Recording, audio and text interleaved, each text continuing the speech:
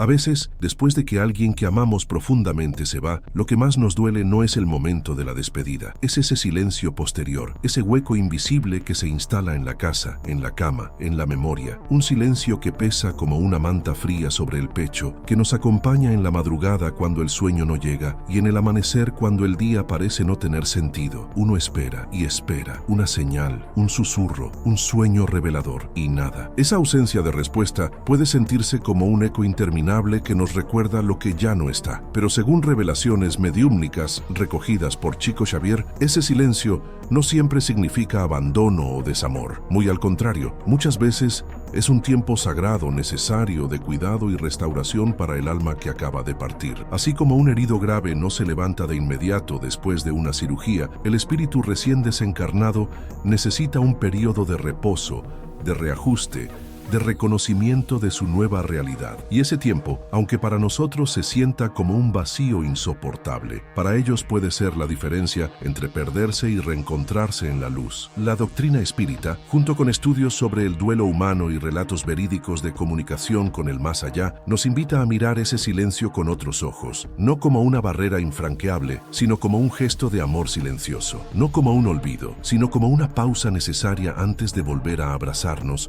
aunque sea con el alma. Cuando el alma deja el cuerpo físico, el cambio es profundo y muchas veces desconcertante. Hay quienes despiertan con lucidez casi inmediata, pero muchos otros se encuentran en un estado parecido a un sueño prolongado. En los relatos de Chico Xavier abundan descripciones de hospitales espirituales, lugares llenos de serenidad, donde enfermeros y médicos del plano sutil atienden a quienes llegan debilitados por la enfermedad, el accidente o el desgaste emocional. Allí, algunos permanecen como adormecidos, desconectados temporalmente de cualquier contacto con el mundo material. Es lo que podríamos llamar una cuarentena espiritual. No es un castigo ni una imposición arbitraria, sino una medida de protección. Igual que un paciente en una UCI, que no puede recibir visitas hasta estabilizarse, el espíritu necesita fortalecerse antes de volver a comunicarse. En ese tiempo la prioridad no es reconfortar a los que quedaron, sino sanar al que partió. A veces, la imposibilidad de contacto temprano no tiene que ver con el lugar donde el espíritu está, sino con lo que lleva consigo. Hay despedidas que dejan heridas abiertas, palabras que no se dijeron, perdones que no se pidieron, culpa por lo que se hizo y por lo que no se hizo. Esas emociones se convierten en nudos vibratorios que dificultan la aproximación. En psicología sabemos que los traumas pueden bloquear la expresión emocional. En el plano espiritual,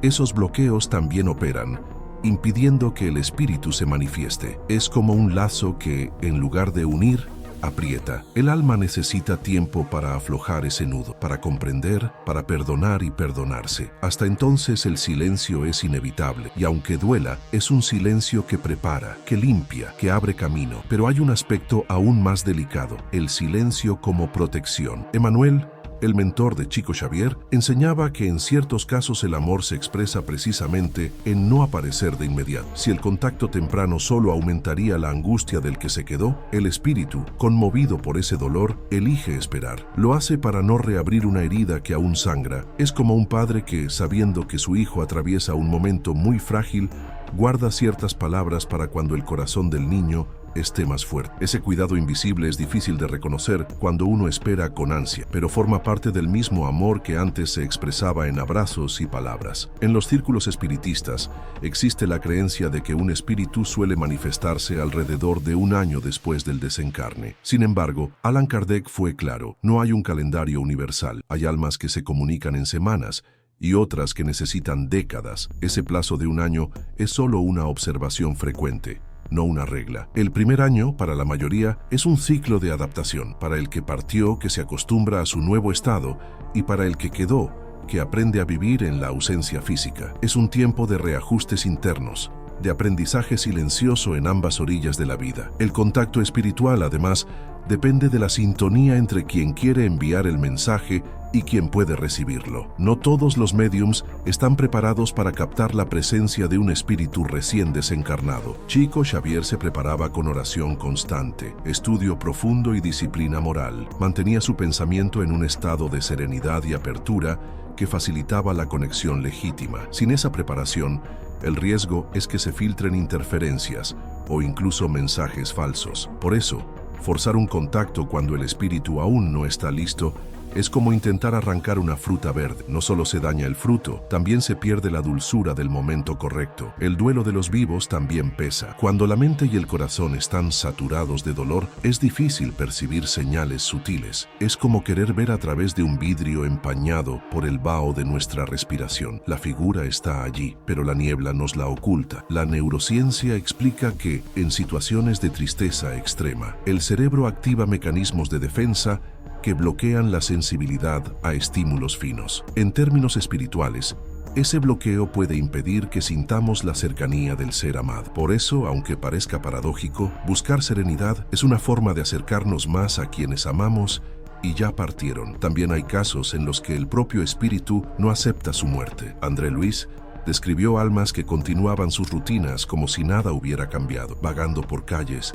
visitando sus casas, sin comprender que ya habían cruzado el umbral. Esas almas son asistidas por equipos espirituales con paciencia y ternura, hasta que logran reconocer su nueva condición. Hasta entonces, es imposible que envíen mensajes claros o participen de encuentros conscientes, y, aún así, no dejan de estar rodeados de amparo y compañía del lado invisible. En otras ocasiones, el silencio se debe a procesos más profundos, pruebas que el alma debe enfrentar, o rescates espirituales que requieren aislamiento. Según la ley de causa y efecto, ciertos reajustes solo pueden cumplirse en soledad o bajo cuidado intensivo en el plano espiritual. Es un trabajo silencioso, pero vital. Y aunque desde aquí parezca que no pasa nada, del otro lado hay un movimiento intenso de cuidado, aprendizaje y redención. Pero no siempre la ausencia de un sueño o una carta significa ausencia de contacto. El amor encuentra caminos sutiles. A veces llega en forma de una canción que aparece justo cuando la necesitamos, de un olor que nos transporta a un momento compartido, de una imagen que se cruza como un destello en la memoria. Son señales pequeñas, pero llenas de sentido. No todos los mensajes se pronuncian en palabras, algunos se sienten en la piel, en el aire, en esa paz repentina que nos envuelve sin motivo aparente. Buscar un contacto a cualquier precio puede abrir puertas que no siempre conducen al lugar correcto. En momentos de gran fragilidad emocional, somos más susceptibles a las influencias del mundo espiritual, tanto luminosas como engañosas. Chico Xavier advertía que la verdadera comunicación no se produce bajo la presión de la ansiedad o el desespero, sino en la calma que nace de la confianza. Cuando la búsqueda es forzada, existe el riesgo de atraer espíritus mistificadores, entidades que pueden asumir la identidad de nuestros seres queridos para aprovechar nuestra vulnerabilidad. Por eso, la recomendación siempre ha sido la misma: paciencia, oración, vida recta. El verdadero reencuentro no se gana con prisa, sino con méritos y sintonía de amor. Orar, en este contexto, es mucho más que pedir, es ofrecer. Una oración sincera, nacida del corazón, actúa como un abrazo luminoso que alcanza al ser querido donde quiera que esté. Y para que esa oración ayude de verdad, debe estar libre de exigencias. No se trata de pedir, ven, dame una señal ahora, sino de enviar un mensaje de paz.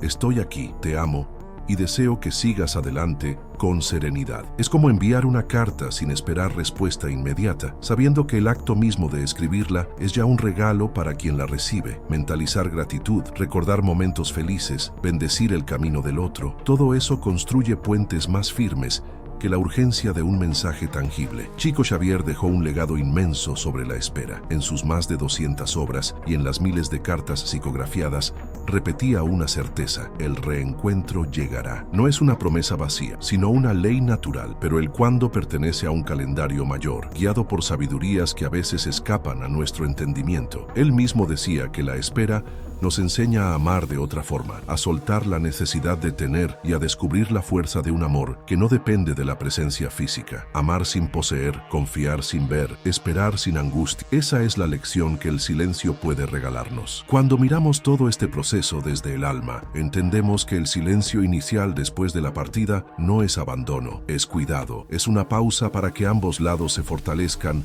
antes de reencontrarse. Ningún vínculo verdadero se pierde, ningún amor auténtico se apaga con la muerte. Lo que sucede es que el reencuentro se prepara en la paciencia, se madura en el tiempo de Dios y se vive con más plenitud cuando ambos, el que partió y el que quedó, están listos para abrazar. Me gusta recordar una metáfora que Chico Xavier compartió. Así como la semilla necesita tiempo para germinar bajo la tierra, invisible a los ojos, el amor también florece en el momento justo, aunque permanezca oculto por un tiempo. Esa imagen nos invita a confiar en lo que no vemos, a regar con fe lo que parece vacío, a esperar sin desesperar, porque incluso bajo el silencio, la vida sigue trabajando. Mientras tanto, lo que sí está en nuestras manos es vivir de una manera que honre a quienes amamos, seguir cultivando la bondad, la compasión, la paciencia, convertir la nostalgia en impulso para hacer el bien, mantener viva la memoria sin aferrarnos al dolor, transformar la ausencia física en presencia espiritual a través de nuestros actos y pensamientos. No hay un adiós definitivo para el amor verdadero. Lo que existe es un hasta pronto, que a veces se esconde tras meses o años de silencio, pero llegará el día, aquí o en otro plano, en que la mirada se encuentre de nuevo y el alma reconozca, sin palabras, que nunca dejó de estar unida, y ese momento será tan natural como el amanecer después de la noche más larga. Así que, si hoy sientes el peso de ese silencio, no lo veas como un muro infranqueable, míralo como un puente que aún se está construyendo. Cada oración, cada recuerdo envuelto en gratitud, cada acto de amor hacia los vivos y hacia ti mismo, es un ladrillo más en ese puente. Cuando esté listo, no habrá distancia que lo impida. Tal vez la pregunta que quede resonando sea esta: ¿y si el verdadero adiós fuera solo una manera diferente de decir hasta pronto? Si dejas que esa posibilidad viva en tu corazón, descubrirás que el silencio no es ausencia, sino otra forma de diálogo. Un diálogo que, por ahora, sucede en otro idioma, el idioma del alma. Hoy, solo por hoy, permite que tu alma descanse en esa certeza, que el silencio se convierta en un lugar seguro, no en un enemigo, que la espera sea un tiempo de preparación, no de desesperación, y que tu vida siga siendo un testimonio de que el amor, cuando es verdadero, no conoce finales. Si esta reflexión ha tocado tu corazón, permanece con nosotros. Aquí, el amor no termina con la muerte. Aquí las almas se encuentran, aun cuando el mundo crea que están separadas. Aquí el silencio es solo el preludio de un abrazo eterno.